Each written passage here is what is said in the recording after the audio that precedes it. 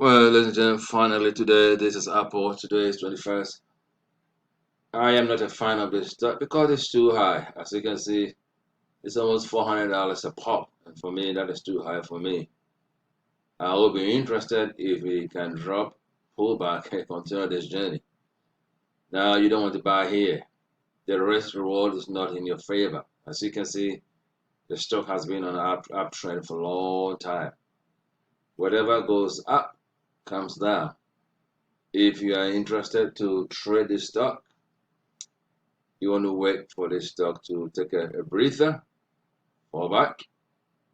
See this particular level right here, this level right here. We expect that it will come. It will take time, but it will come. And from there, you can join it and continue to enjoy the benefit of this great company. But as of today, you don't want to buy here. The risk reward is not in your favor. Wait for pullback, and you can join the upswing. But if you want to day trade it, be careful. All right. That is my recommendation. Happy trading. I hope this helps.